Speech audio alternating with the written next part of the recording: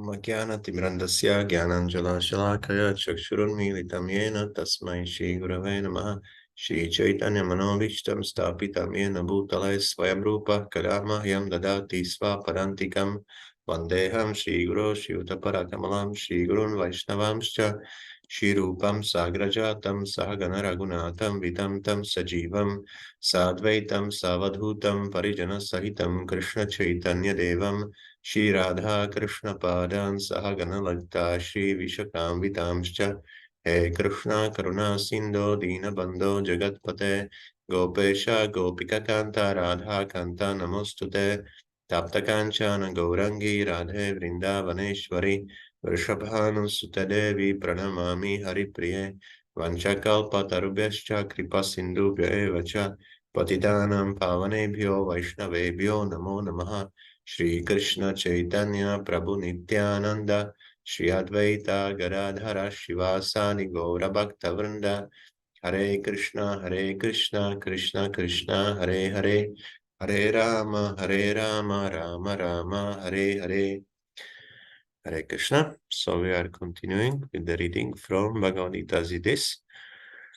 From His Divine Grace, A.C. Bhaktivedanta Swami Prabhupāda, the founder-ācārya of International Society for Krishna Consciousness. We are reading chapter 3, which is entitled Karma Yoga, and is speaking about working with knowledge and detachment, which is for the pleasure of the Lord, and this is better than false renunciation.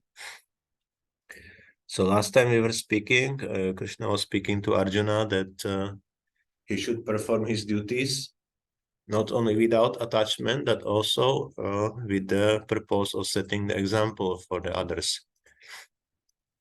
Because Arjuna is exalted personality, and usually these personalities or anyone who is famous, they are followed by the other people. They are examples for them. They are role models. So that's why they should also perform their duties carefully, and in this way others, they will be inspired to follow them. Regarding this,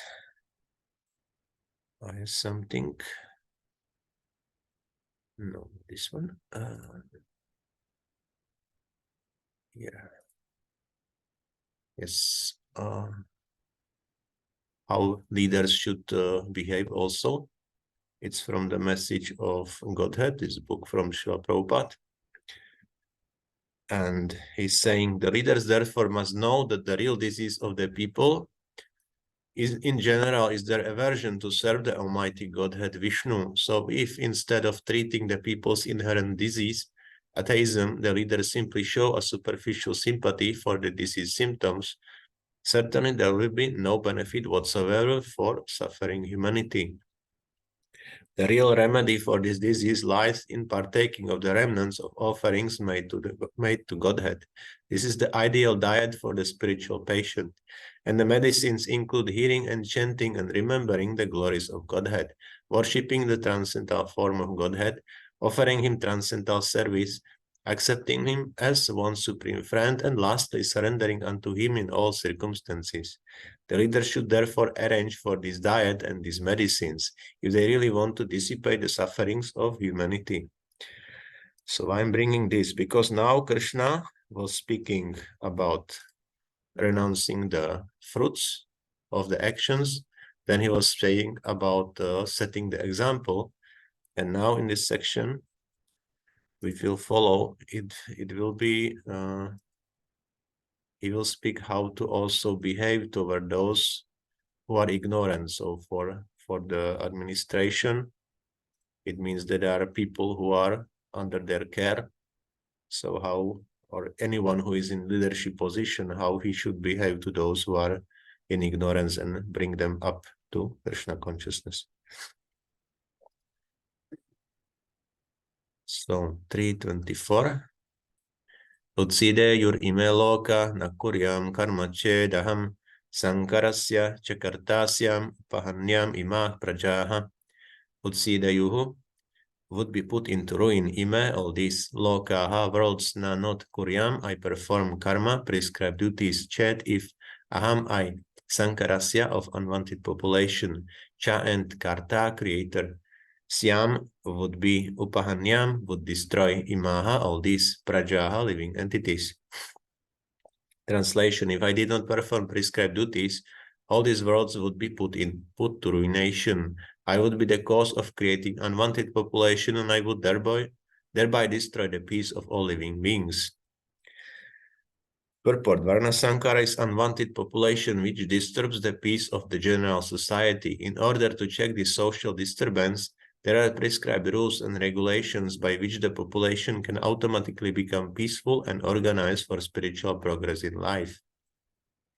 When Lord Krishna descends, naturally deals with such rules and regulations in order to maintain the prestige and necessity of such important performances. The Lord is the father of all living entities, and if the living entities are misguided, indirectly the responsibility goes to the Lord. Therefore, whenever there is general disregard of regulative principles, the Lord himself descends and corrects the society. We should, however, note carefully that although we have to follow in the footsteps of the Lord, we still have to remember that we cannot imitate him. Following and imitating are not on the same level. We cannot imitate the Lord by lifting Govardhana hill, as the Lord did in his childhood. It is impossible for any human being. We have to follow his instructions, but we may not imitate him at any time. The Srimad Bhagavatam 10, 33, 32, 31 affirms, Naitat samachare jatu manasapya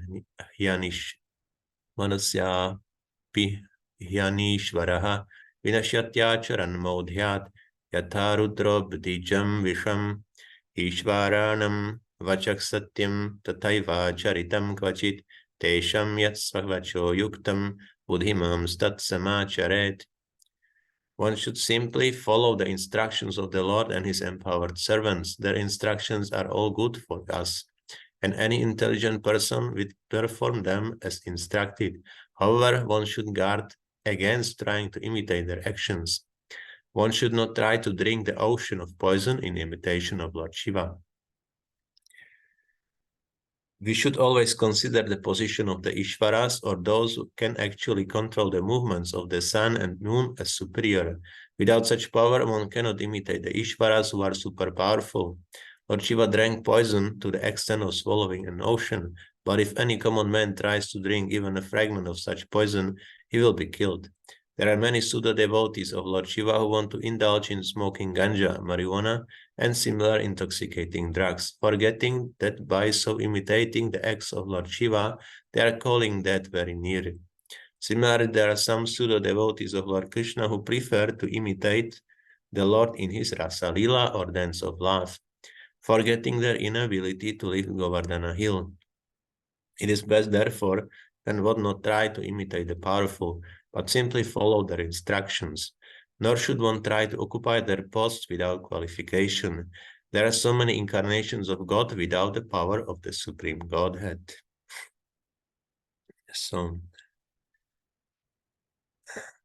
Krishna is saying here that he is coming, or he's saying it in a negative way in this verse, that if he is not performing his duties, he would put all these dependents, all this population into ruination, because they would also not follow the rules.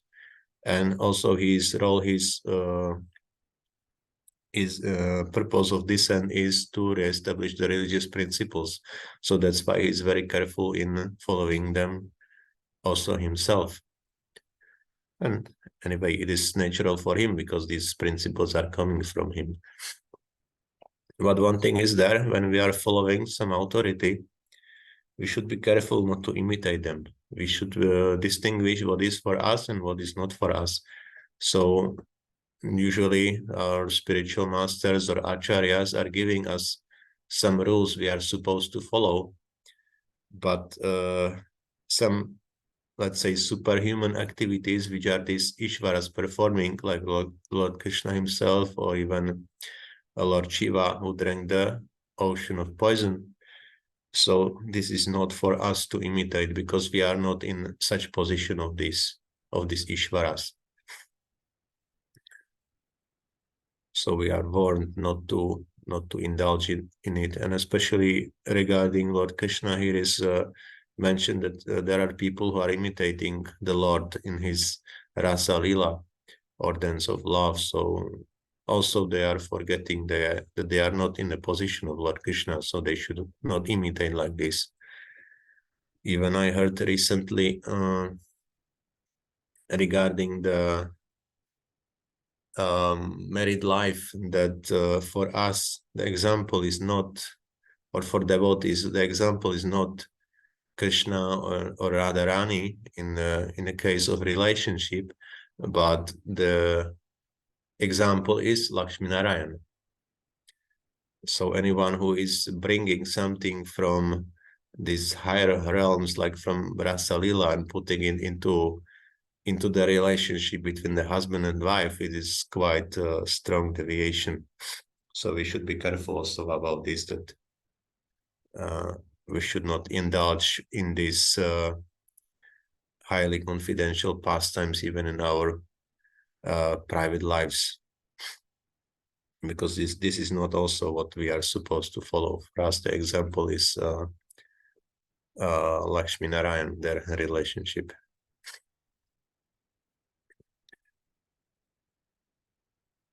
Okay.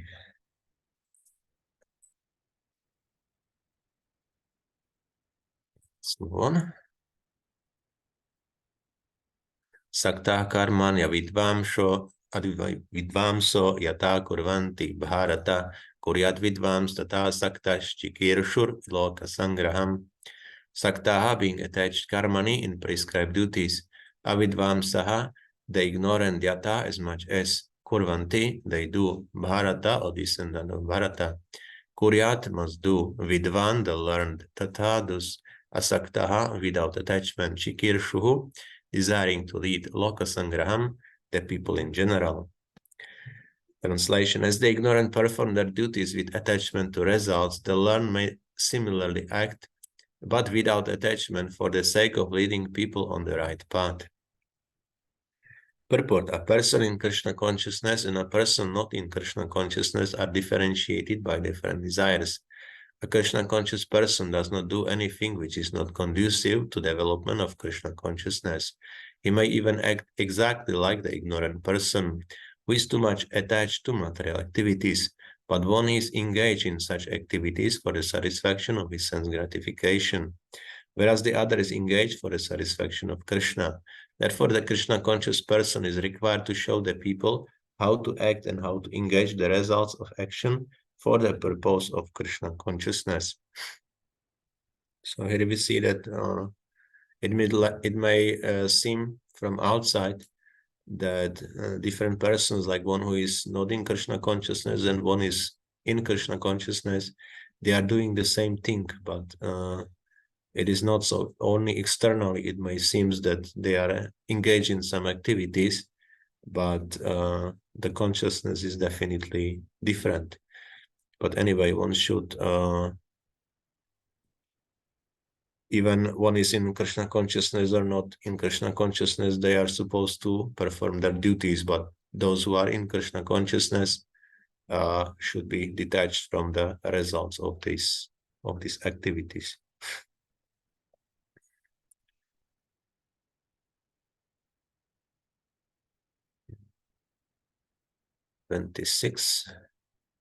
Na buddhibhedam janayed agyanam karma sanginam joshayed sarva karmani vidvan yuktak samacharam.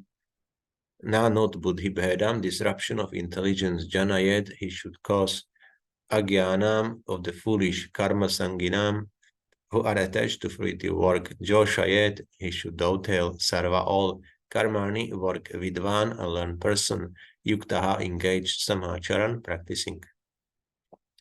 Translation: so as not to disrupt the minds of ignorant men attached to the fruitive results of prescribed duties, a learned person should not induce them to stop work. Rather, by working in the spirit of devotion, he should engage them in all sorts of activities for the gradual development of Krishna consciousness. Purport: Vedaishcha sarva ahameva vedyaha. There is the end of all Vedic rituals.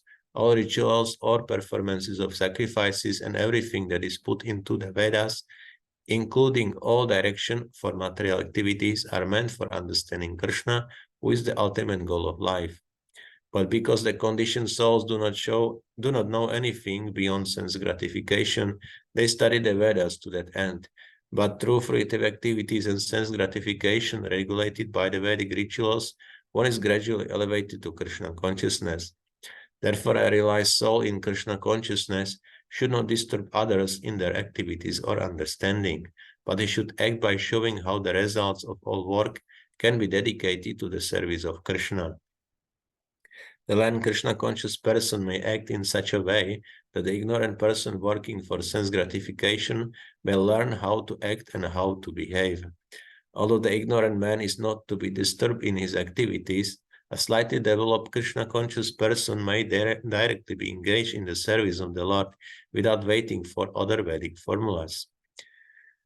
For this fortunate man, there is no need to follow the Vedic rituals, because by direct Krishna consciousness, one can have all the results one would otherwise derive from following one's prescribed duties.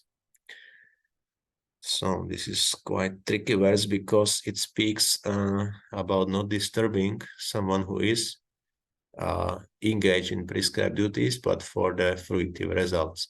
But at the same time, the Krishna conscious person should make some endeavor to engage them in various activities which would ultimately bring them to Krishna consciousness. One way is if they follow the Vedic rituals or prescriptions, this is gradual development. But if they are at least a little bit open, they can be engaged directly in Krishna conscious activities, which is much faster for them and also much easier than to go through this long Vedic path.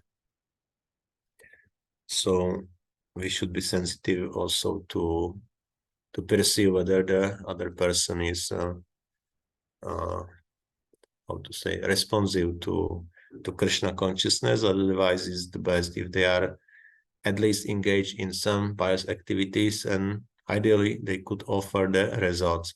For example, we were going with Padayatra in Europe, and we were going through various villages with the bullock cart, and there were people who have their gardens. So devotees were going to visit those people, because they were curious what is going on. Some procession is going around, so they were going out and seeing the devotees chanting and dancing.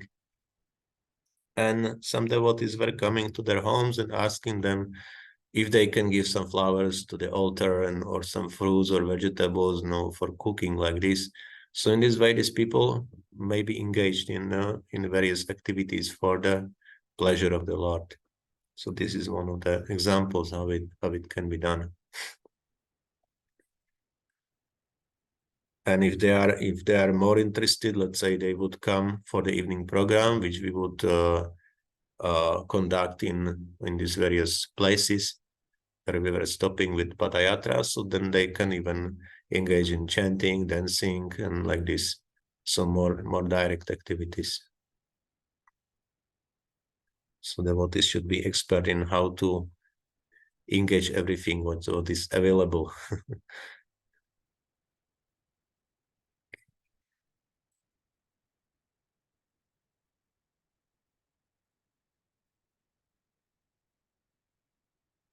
There is something related to this verse. Yes. It's from Renunciation Through Wisdom, another Prabhupada's book. I think it was not even published as a paper book. I have only electronic version. So the quote is, "Those who hanker after the fruits of their actions undertake many hardships in executing their work. Their imagination wanders like an untethered bull, and all the while their mind dictates to them that they are the actual enjoyers. Therefore, without disrupting the minds of these foolish, perverted karmis, the intelligent person should engage them in doing what they are expert in and using the fruits in Lord Krishna's service. Such a course of action will automatically uncover the fruitive worker's eternal relationship with Lord Krishna. So to instruct the people for their benefit, the servant of Krishna, who is free from the reactions of fruitive activities, will lead a life seemingly like that of the fruitive workers, but actually he is all along performing karma yoga. Yeah, this is very important, that by engaging them, they are gradually being purified. So their eternal relationship with Lord Krishna is uncovering in this engagement in the Krishna conscious activities, even indirectly, because devotees is providing this connection with the Lord.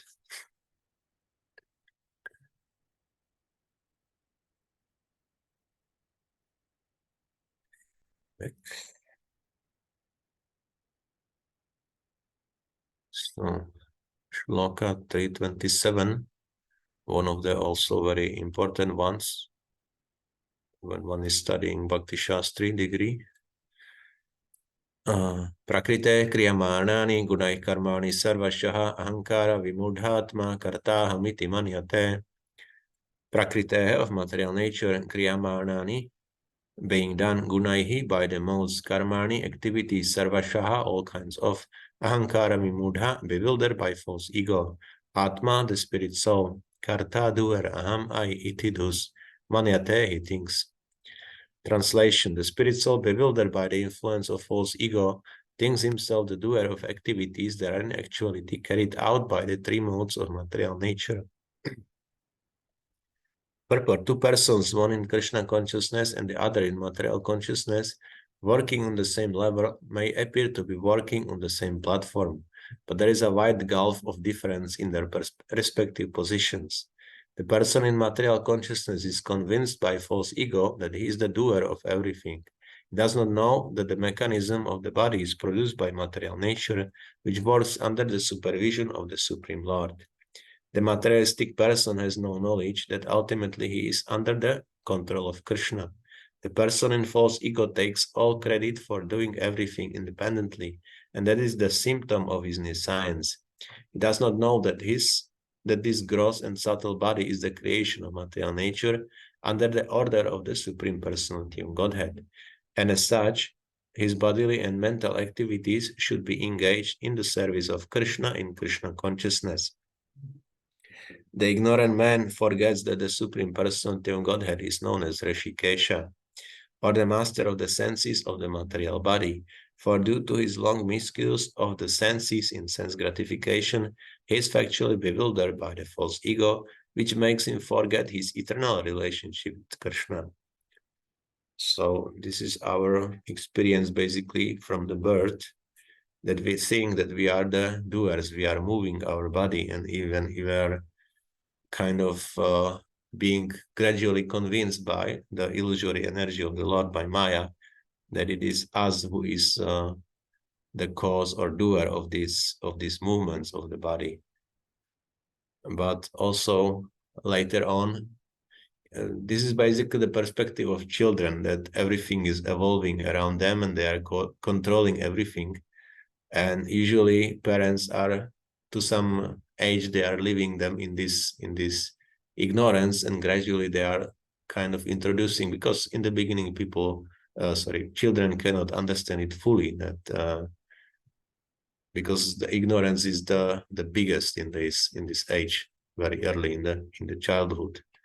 So it's difficult for them to understand that there is some other controller. That's basically why we are in this material world also, that we think that we can control something.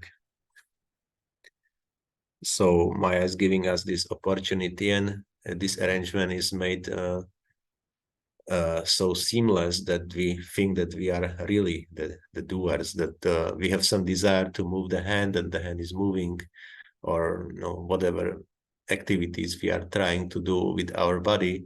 So it is done like this. But sometimes also it happens that not everything is moving like we desire, and we may have some disease or whatever, and then we see that we are not in control. Also, when the old age comes, people start to perceive that the desire from the mind is still there, but body is not anymore moving so fast. No, and any movement is harder and harder, and even the perception of the senses is not so strong and like that. So this is gradually diminishing, and ultimately we have to leave the body, and then we will understand that this body doesn't belong to us at all, because we have to give it up. We have to return it back to the material nature. So we are giving these facilities only for some temporary time, and this is also the time when we are supposed to use them in Lord's service, because they ultimately belong to the Lord.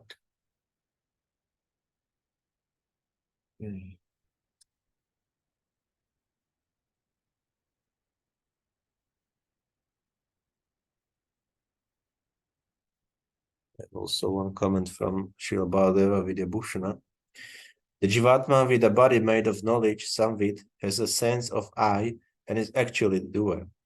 But overcome with impressions, vasana, of enjoying material sense objects from beginningless time, is impressed by Prakriti, who is situated next to him, and who is the cause of his pleasure. Through false ego, a product of Prakriti, he becomes bewildered, devoid of knowledge of the self, thinking himself to be a material body. He then thinks that activities which are accomplished by the Lord and the material body, senses and life airs, are being done only by himself. The doership of the Atma is only made possible by the body, senses, and life airs, and by the Paramatma, who is the activator of all things. The Jiva is not the only factor. That the Jiva thinks that he is the only doer is a result of bewilderment from false ego. So many things are involved in moving of our body, like life airs, and Paramatma is permitting, or Supersoul is permitting, and senses are engaging those activities. But it is basically only thing we are doing in this body is that we desire something. So in this way, if we have karma for this desire to be fulfilled, then the body is moving as per our desire. But if we run out of karma, then also this desire will not be fulfilled, and the body will not move as we expect.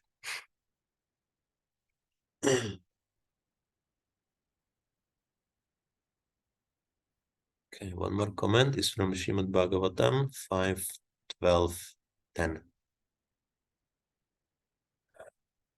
Temporary manifestations and varieties within this material world are simply creations of material nature under various circumstances.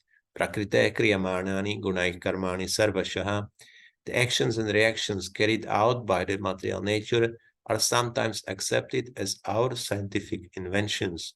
Therefore, we want to take credit for them and defy the existence of God.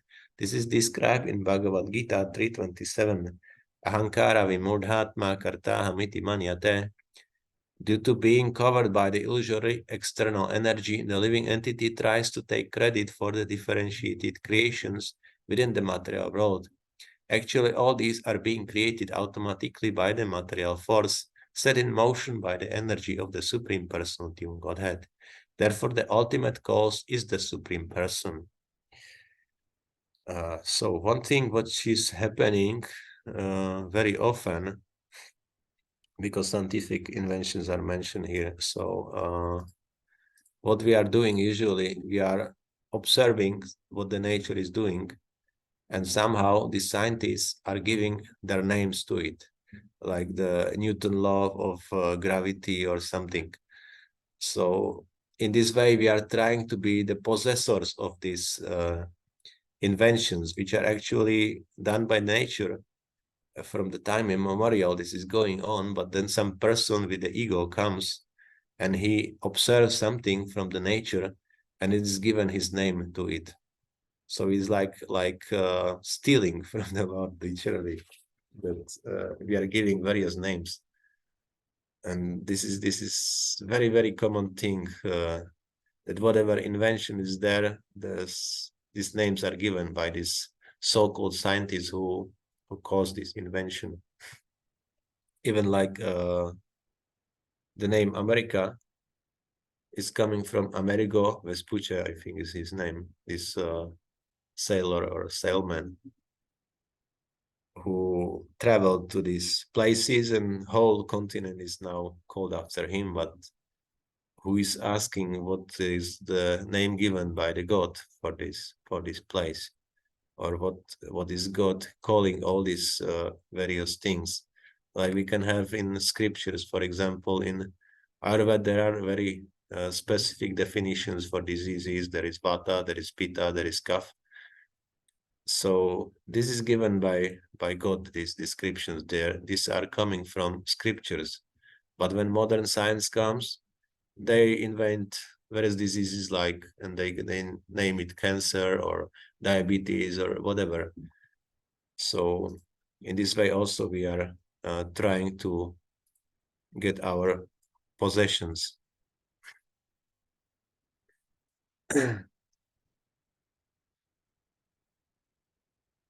And there is comment.